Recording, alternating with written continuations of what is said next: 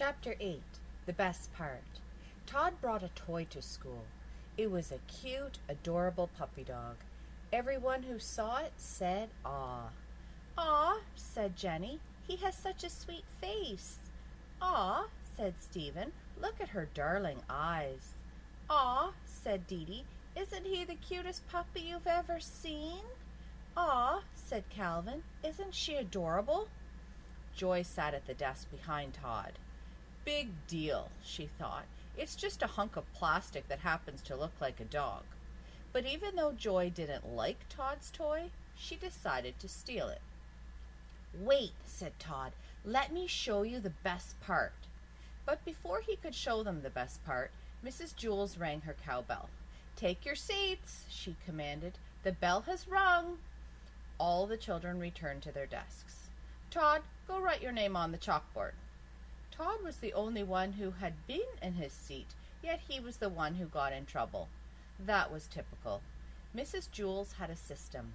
The first time someone got in trouble, he had to write his name on the chalkboard under the word discipline. The second time he got in trouble, he had to put a check next to his name. And if he got in trouble a third time, he had to circle his name and then go home early at 12 o'clock on the kindergarten bus. Todd went home on the kindergarten bus every day. Some of the other kids thought he was lucky, but he wished just once he could make it to 12 o'clock without getting into trouble 3 times. He walked to the front of the room and wrote his name on the chalkboard under the word discipline. While Todd was at the board, Joy reached over her desk and into Todd's. She reached around for the toy, but as she tried to lift it out, it caught on something and dropped to the floor. Todd returned to his seat. "Todd, is that your toy on the floor?" asked Mrs. Jules. "Hey, how'd that get there?" asked Todd. "You know the rules, Todd," said Mrs. Jules. "Toys must be kept inside your desk or else I take them. Now bring it here."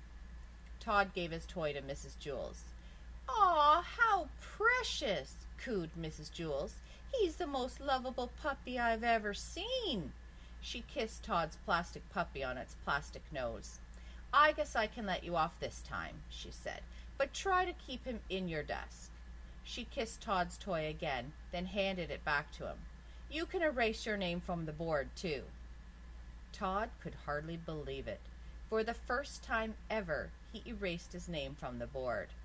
As he headed back to his seat, Mrs. Jules said, "Here, take a Tootsie Roll Pop, too, for the sweet puppy."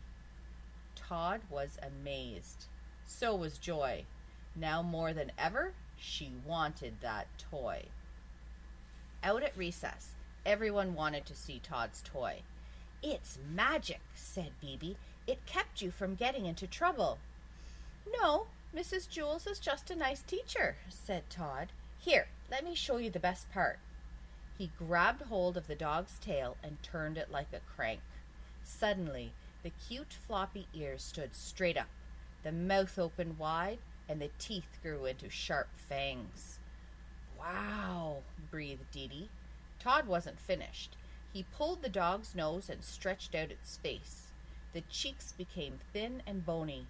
The eyes were no longer sweet, but grim and frightening. "What a great toy," said Calvin. The cute little puppy had turned into a mean, hungry wolf. "I still haven't shown you the best part," said Todd.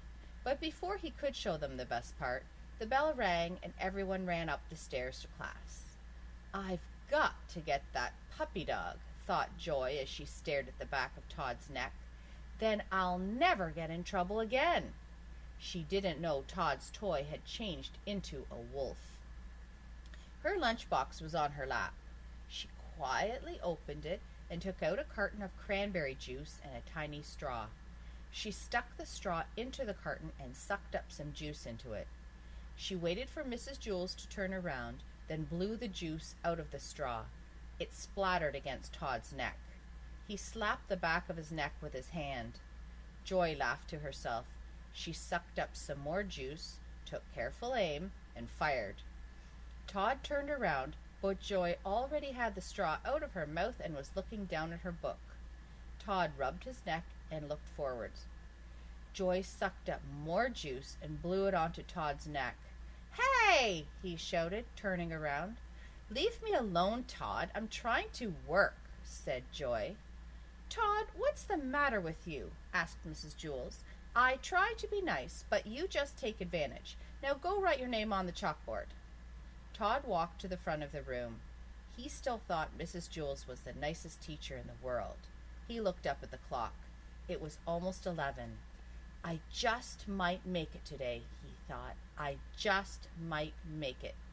He started to write his name when he heard a loud scream. He turned around and saw Joy jumping up and down and waving her hand in the air. His toy was biting her pinky finger, and she couldn't shake it off. "Help!" screamed Joy as she hopped around the room. "Todd, how do I get it off? Todd, please!" Todd smiled. "There," he said. "That's the best part."